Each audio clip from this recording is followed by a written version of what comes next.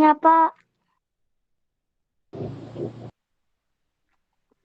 Pak, suaranya, Pak. Suaranya nggak Ya, ada, baik, Pak. selamat pagi semuanya. Ya, memang Selamat belum saya pagi, hidupkan. Pak. Ini baru saya hidupkan. Selamat pagi semuanya. Pagi, Selamat pagi, Pak. Pak. Pagi, Pak. Selamat pagi, Pagi, Pak. Pagi, Pak. Pagi, Pak. Pagi, Pak. Pagi, Pagi, Pak. Selamat Pagi, Pak. Apakah suara saya apakah Pak. Pagi, ya, Pak. apakah suara saya cukup jelas? Jelas, Pak. Iya, Pak. Pak. Jelas, Pak. Jelas, Pak. Jelas, Pak. Ya, baik. Kita akan mulai pembelajaran. Tadi pelajaran pertama sudah belajar Mandarin ya, dengan Lause, dan sekarang kita di 2 jam pelajaran terakhir kita akan belajar matematika. Nah, selanjutnya saya meminta kerjasama untuk anak kelas 5 untuk menonaktifkan mikrofon selama pembelajaran kecuali jika diminta, supaya kita semua tertib saat belajar dan ikuti pembelajaran dari awal hingga pada akhir gitu. Nah, kemudian sebelum memulai pembelajaran minggu depan kan kita diharapkan siap untuk PTMT ya, pembelajaran tatap muka terbatas. Iya, tolong biasakan dengarkan dulu, jangan dipotong ya. Anak SD Immanuel, anak yang taat aturan. Nah, untuk hal itu Google Classroom Matematika tetap akan digunakan karena walaupun kita pembelajaran tatap muka di sekolah, tetap itu terbatas. Jadi Suaranya putus-putus, Pak. jadi tetap akan menggunakan. Apakah yang lain suara saya putus-putus? Tidak, Pak. Tidak, Pak. Suaranya kecil. Tidak, Pak. Oke, kalau yang lain tidak putus-putus, yang putus-putus bisa di-refresh jaringan dulu, mungkin itu jaringannya. Ya, baik, saya lanjutkan. Jadi, walaupun tetap PTMP, tapi tetap akan ada Google Classroom Matematika akan tetap digunakan. Jadi, jangan keluar dari Google Classroom Matematika. Dan yang belum mengumpulkan aktivitas, belum mengumpulkan latihan dan tugas, harap diselesaikan. Ya, ini udah paling.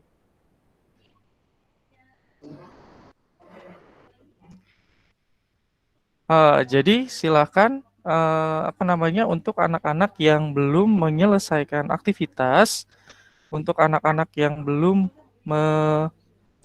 mengumpulkan tugas, silakan diselesaikan yang ada di Google Classroom ya. Itu begitu. Pak, saya udah, Pak. Pak, berapa Ya, tugas saya? jadi dicek lagi. Dicek lagi dia yang kan dicek lagi Google Classroom masing-masing, lihat di bagian tugas dan lihat mana yang belum diserahkan. Kalau sudah diserahkan semua berarti sudah aman, tetapi kalau belum diserahkan itu biasanya belum ada nilainya karena tadi malam saya sudah menyelesaikan nilai yang belum dimasukkan. Jadi yang sudah mengumpulkan sudah saya nilai. Gitu. Oke. Jadi dicek lagi Google Classroom-nya ya. Ya, biasakan tolong anak-anak kelas 5 kalau tidak disuruh berbicara jangan berbicara ya, atau saya kick dari ruangan. Nanti ada waktunya bertanya. Gitu. Jadi dengarkan dulu penjelasan Pak Guru. Nanti kalau saya kasih kesempatan untuk bertanya, silakan bertanya. Begitu. Kalau misalkan ada teknis dalam Google Meeting, silakan sampaikan lewat WA sambil menjawab pertanyaan-pertanyaan beberapa teman-teman kalian. Ya, jadi tolong biasakan dengarkan penjelasan terlebih dahulu, baru nanti kalau ada waktu bertanya, baru bertanya. Ya, sebelum materi, ada yang ingin bertanya? Yang ingin bertanya, raise hand. Siapa yang ingin bertanya? Silakan, saya beri kesempatan. Saya, Pak. Ya, silakan. Nama siapa, kelas? Hansen kelas 5C. Hari ini ada tugas gak, Pak? Oke, Hansen 5C. Kita sudah belajar belum? Belum. Kita sudah mulai pembelajaran belum, Hansan? Belum. Kalau belum mulai pembelajaran, jangan tanya tugas. Itu jawabannya. Ada lagi? Saya Jason Sandra. Ya, silakan. Pagi, Pak. Jaslin? Ya, selamat pagi. Kenapa?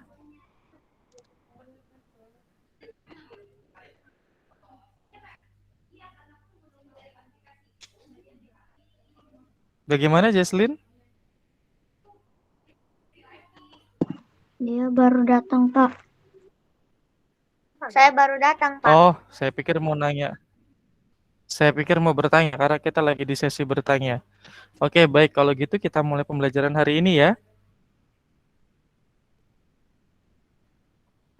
Ya, pada pagi hari ini kita akan belajar mengenai perbandingan part 2. Apa part 2? Karena part 1-nya itu sudah kita pelajari kemarin sebelum ulangan ya. Jadi, kita ini yang part 2, bagian 2. Nah, apa saja sih yang kita pelajari? Nah, sebelum masuk ke bukan perbandingan nih. Denah dan saya yang salah. Nah, perbandingan itu adalah suatu proses membandingkan dua atau lebih hal yang setara. Ya, jadi perbandingan adalah proses membandingkan dua hal atau lebih yang setara atau sepadan. Setara atau sepadan itu maksudnya adalah di yang sama. Misalkan kamu membandingkan berat yang kamu bandingkan itu harus setara atau harus proporsional. Harus nggak boleh nggak proporsional. Kalau dalam bahasa kerennya harus apple to apple. Nah, mungkin kita pernah dengar istilah itu ya, apple to apple ya. Membandingkan sesuatu harus apple to apple. Bukan Apple iPhone ya, tapi itu adalah idiom atau peribahasa dalam bahasa Inggris. Maksudnya begini, ketika kamu membandingkan berat badannya hewan, ya harus cari perbandingan yang setara. Jangan membandingkan berat badan semut dengan berat badan gajah. Pasti akan berbeda. Jadi harus cari yang apple to apple, yang seukuran, yang setara. Kalau gajah ya berarti misalkan berat gajah Afrika dengan berat gajah Sumatera. Gitu. Atau jangan lagi kamu membandingkan kecepatan orang berlari dengan kecepatan mobil balap. Itu jelas tidak apple to apple, tidak setara, tidak sepadan. Makanya kita harus membandingkan kalau mobil balap, ya bandingkan dengan mobil balap yang lainnya. Kalau orang yang berlari, bandingkan dengan orang yang berlari lainnya. Begitu ya, jadi perbandingan itu harus setara atau sepadan. Dalam bahasa Inggrisnya, apple to apple. Kalau kamu membandingkan dua hal yang tidak setara atau tidak sepadan, berarti itu menyalahi aturan perbandingan. Nggak sesuai berarti. Oke, kita next. Nah, bentuk perbandingan itu ditimbulkan seperti ini anak-anak. 1 titik banding 2. Nah, seperti tanda bagi ya. 1 berbanding 2. Artinya, jika yang satu punya 1, maka yang lainnya punya 2. Gitu, berlaku kelipatan. Contoh, misalkan Amir dan Budi punya uang itu berbanding 2. Artinya ketika Amir punya uang 1, Budi punya uang 2. Ketika Amir punya uang 2, Budi punya uang 4. Jadi kelipatannya gitu. Kemudian 3 berbanding 4. Bukan bacanya 3 bagi 4 ya, tapi 3 banding atau 3 berbanding 4. Artinya kalau yang satu punya 3, maka yang lain punya 4. Dan berlaku kelipatan. Kalau yang satu punya 6, berarti yang satunya punya 8.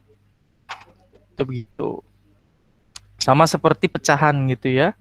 Pecahannya, pembilang dan penyebutnya kita kalikan dengan bilangan yang sama. Itu namanya kelipatannya. Itu bentuk perbandingan.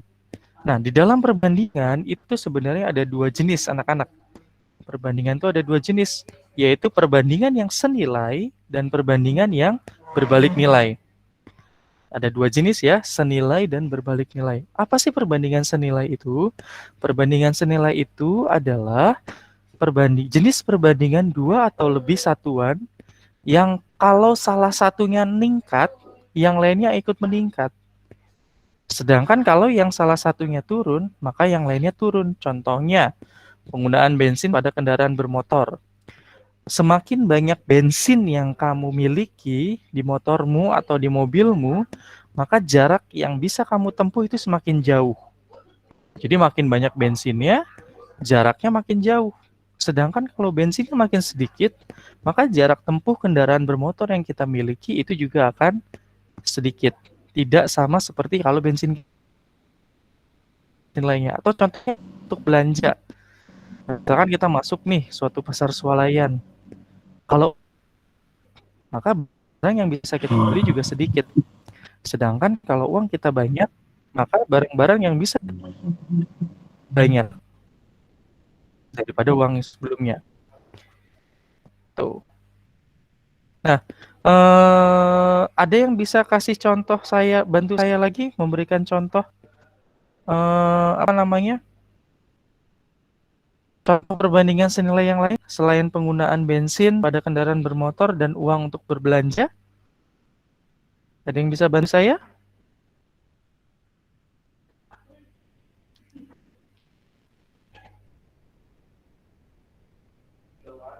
Tidak, Pak. Halo? Pak. Tidak, Pak. Tidak, Pak. Tidak, Pak. Ya, Pak. Tidak, Pak. Iya. Share screen hilang ya?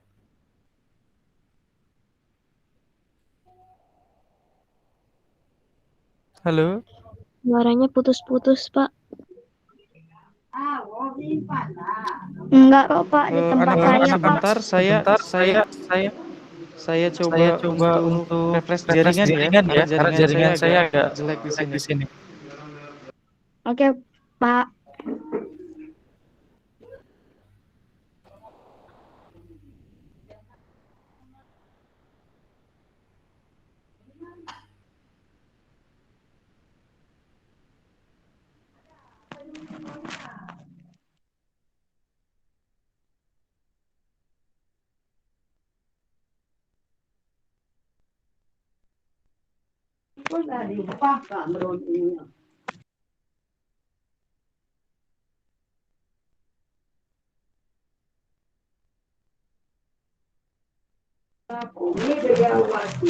Ai Kiranggi.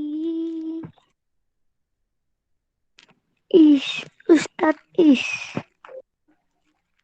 Ma'il Bima'il. Halo, suara saya terdengar? Ya, Pak. Iya. Terdengar, Pak. Terdengar, Pak. Oke, tunggu sebentar ya. Saya ini karena ini Baik, Pak.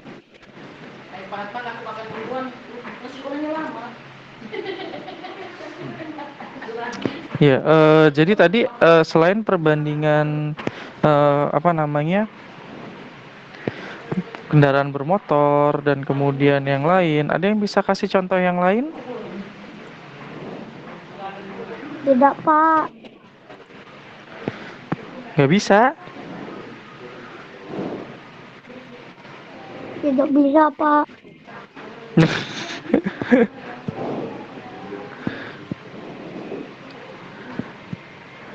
Ada yang bisa kan tadi kalau kendaraan bermotor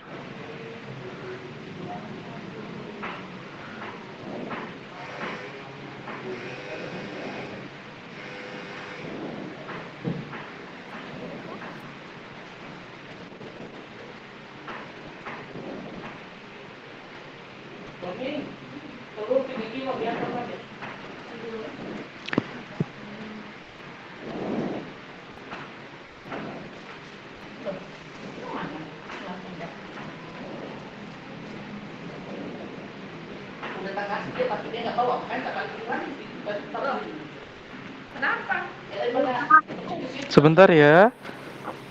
Baik, Pak. Baik, Pak. Silakan, Pak.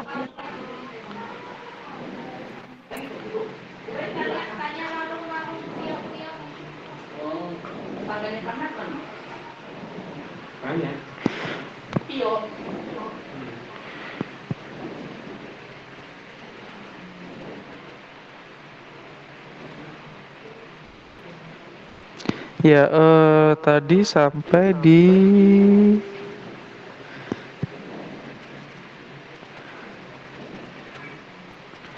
perbandingan senilai ya. Nah, perbandingan senilai adalah jenis perbandingan dari dua atau soal satunya meningkat, satunya meningkat juga. Kalau yang satunya turun, maka satunya ikut turun. Yang lain suara saya putus-putus? Tidak. Kalau suara saya putus-putus di tempat kamu, sedangkan di tempat lain tidak, coba koneksi kamu di refresh.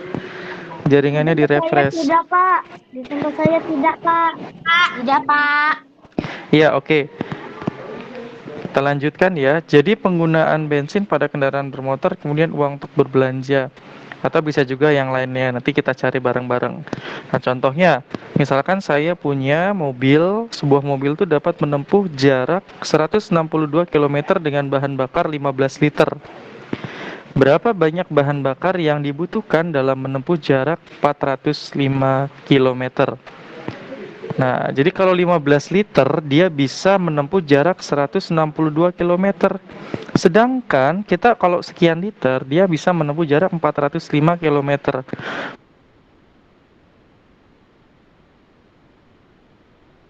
Kalau secara logika kita, kalau 15 liter itu bisa menempuh 162 km, berarti kalau mau menempuh jarak 405, ini salah ya, bukan liter ya, 405 km ya anak-anak ya. 405 km, bensinnya pasti lebih banyak kan?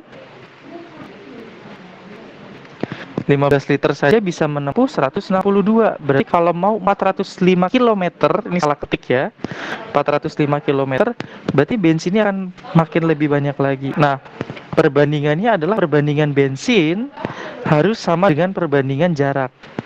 Jadi kalau perbandingan jaraknya 162 per 405 itu sama dengan 2/3, itu nilainya juga harus sama dengan 15 per berapa?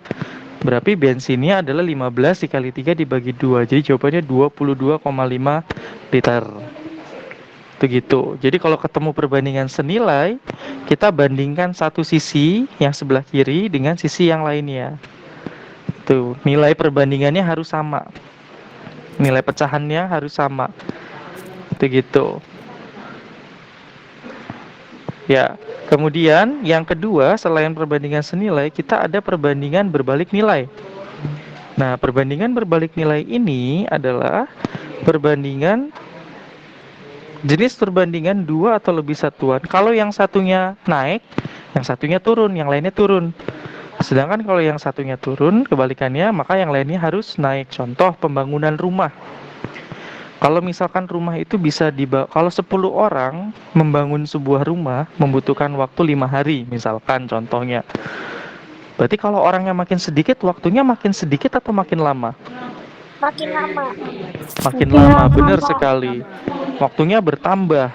Kalau orangnya kita kurangi, maka waktu penyelesaian rumah itu bertambah. Sedangkan kalau orangnya kita tambah, waktu penyelesaian rumah tersebut akan makin cepat. Itu berbalik ya nilainya ya.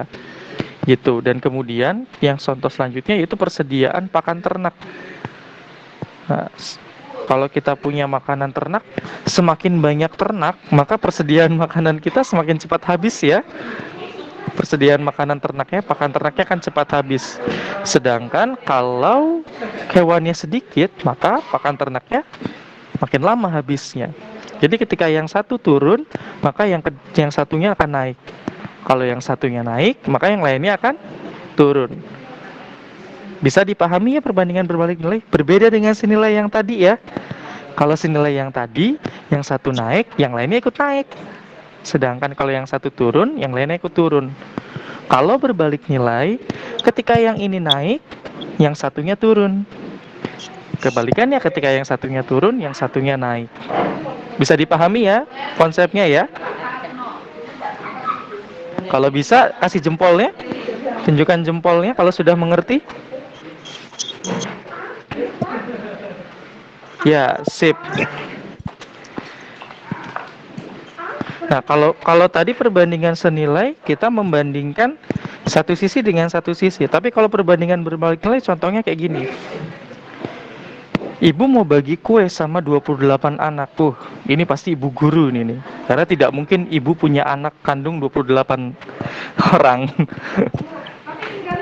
Nah, masing-masing anak mendapat maaf. Masing-masing anak mendapatkan 4 potong kue. Ini mikrofon siapa ya? Bisa tolong di silent mikrofonnya? Mana mikrofonmu? Iya, tolong ya. Ana Valencia. Mikrofonmu mana? Saya Pak. Ya. Iya, yang lainnya langsung di. Oke, saya lanjutkan. Nah, ibu membagikan kue kepada 28 anak. Masing-masing anak mendapatkan 4 potong kue. Jika kue itu mau dibagi ke 16 anak, berarti kuenya jumlah anaknya berkurang ya. Berarti logikanya masing-masing anak akan dapat kuenya makin sedikit atau makin banyak? Makin banyak. Makin banyak. Nah, kalau 28 anak, masing-masing dapat 4 potong. 16 anak dapat berapa potong ya? Nah, kalau perbandingan berbalik nilai, hasil perkaliannya ini harus sama. Jadi 28 dikali 4 harus sama dengan 16 anak dikali berapa potong ini. Kalau tadi pembagiannya ya yang sama ya, kalau yang ini. Kalau yang senilai pembagiannya yang harus sama. Sedangkan kalau berbalik nilai, perkalian yang ke samping yang harus sama. Gitu. 28 dikali 4 itu 112. Berarti jumlah kue 112 dibagi 16 yaitu 7. Jadi kalau mau dibagi ke 16 anak, masing-masing dapat berapa potong? 7. Iya, 7 potong. Nah, itu adalah jenis perbandingan senilai dan perbandingan berbalik nilai. Nah, contoh perbandingan yang kita akan pelajari selanjutnya adalah ini. Apa ini? Skala. Skala. Oke, skala itu dalam bahasa Inggris itu scale. Oke. Let me ask you a question. Sebentar. Aduh, maaf. Pak Guru bersin.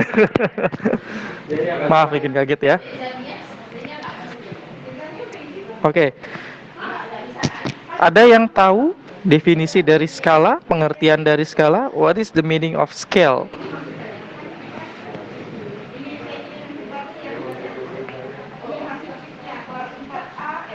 Hansen?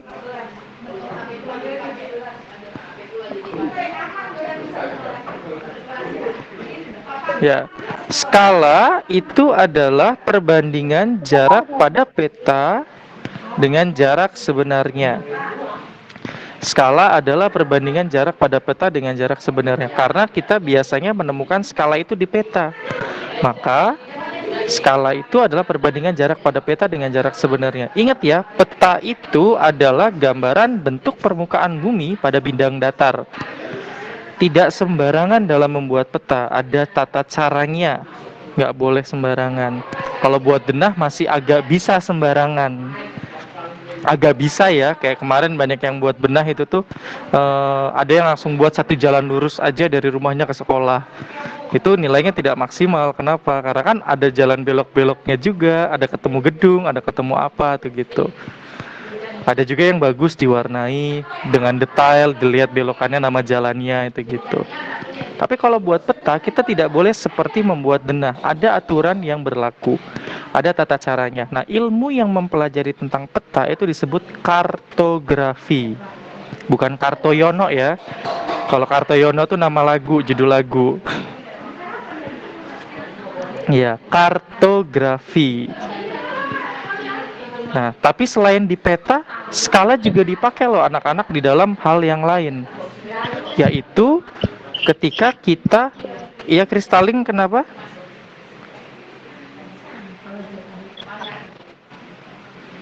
Ya, selain di peta, kamu pernah ngelihat model atau miniatur pesawat terbang nggak? Pernah, Pak. Pernah melihat model Kenapa? bangunan, model miniatur bangunan? Pernah. Oke, nah itu kan dia mengecilkan dari ukuran yang sebenarnya. Itu juga pakai skala. Jadi skala adalah perbandingan ukuran model miniatur benda dengan ukuran sebenarnya. Jadi selain dari jarak pada peta dengan jarak sebenarnya, skala juga bisa dikatakan perbandingan ukuran model miniatur benda dengan ukuran sebenarnya. Begitu ya. Nah, skala itu simbolnya sama seperti perbandingan tadi, sama seperti pembagian.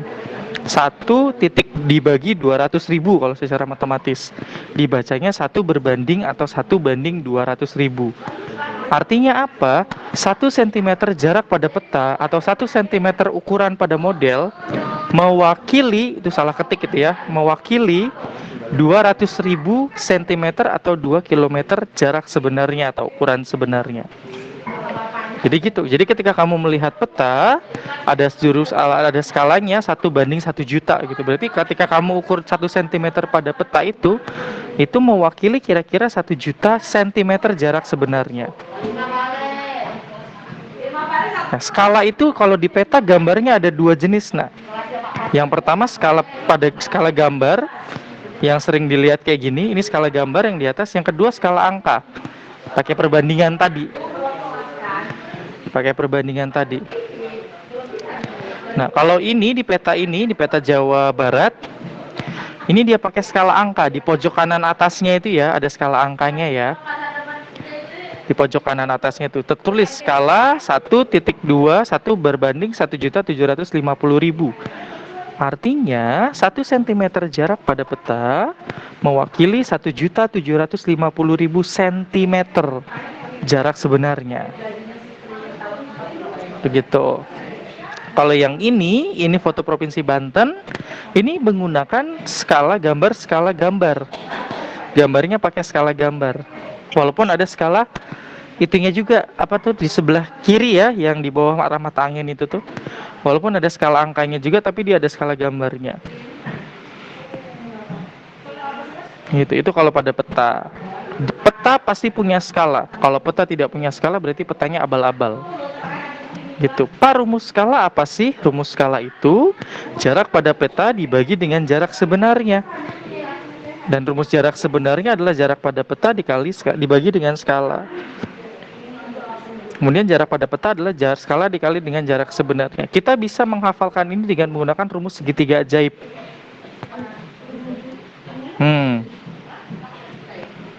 Kalau mau mencari jarak pada peta, tutupin aja yang JP-nya tuh di atas. Berarti S jarak skala, S itu skala dikali, kalau ini dikali dengan JB jarak sebenarnya. Kalau mencari skala, tutupin yang skala.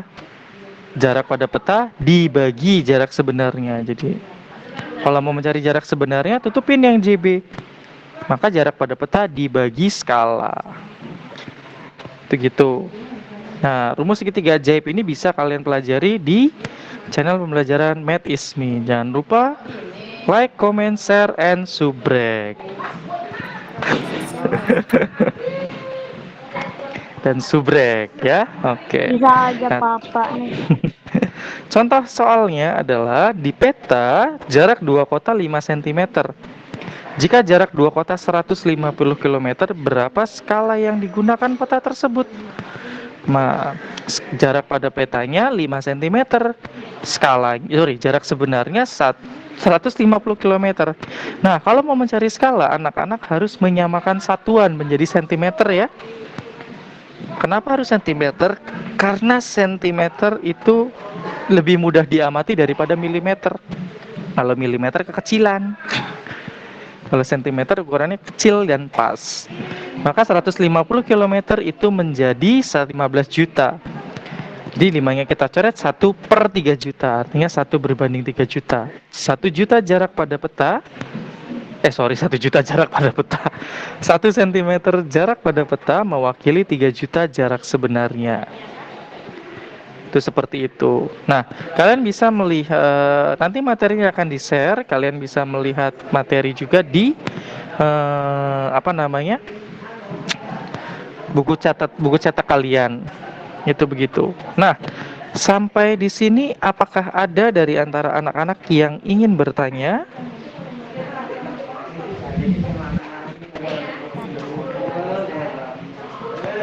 Ada yang mau bertanya? Jika yang Tidak, ada yang ingin Pak. bertanya, Tidak, saya Pak. persilahkan. Pak, yang mimpin Kenapa? doa siapa, Pak? Tobias.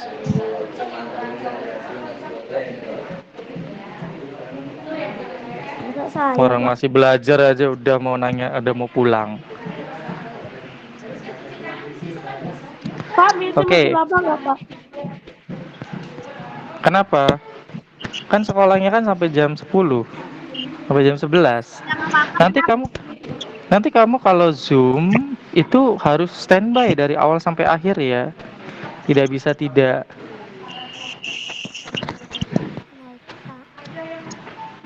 Oke, kalau tidak ada pertanyaan, aktivitas hari ini akan di-share di Google Classroom, latihan soalnya. Kalau ada pertanyaan silakan, atau ada hal-hal yang ingin dikomunikasikan, silakan nanti WA ke saya atau bisa japri ke saya lewat WA supaya saya bisa jawab dan kita bisa sama-sama belajar. Nah, untuk itu saja pembelajaran pada pagi hari ini untuk matematika supaya tidak terlalu lama. Nanti akan ada aktivitas ya. Nanti akan ada aktivitas yang akan di-share di Google Classroom. Silakan disimak. Kalau ada kesulitan, kalau ada hal-hal yang ingin ditanyakan, silakan langsung WA saya secara pribadi. Oke. Benar tidak ada pertanyaan nih? Saya tanya terakhir. Tidak ada pertanyaan?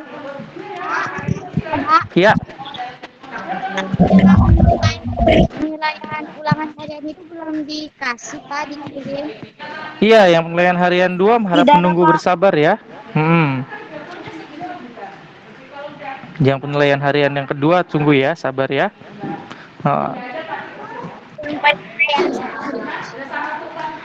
Kenapa Viko?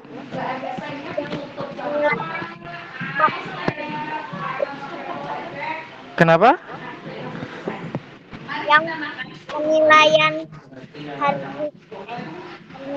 harian kedua itu kan sudah saya kumpulkan. Nah, tapi saya lupa. Iya, nanti saya cek lagi satu-satu ya, masih dalam penginputan nilai soalnya. Nanti pengumuman selanjutnya akan menyusul. Seperti itu. Kalau ada hal-hal nanti akan menyusul. Oke, baik.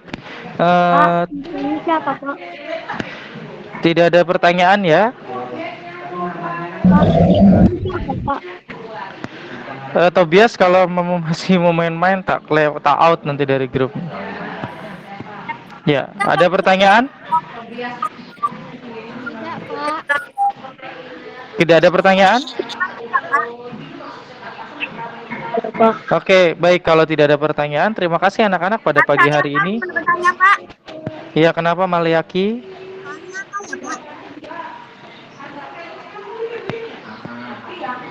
Nanya apa?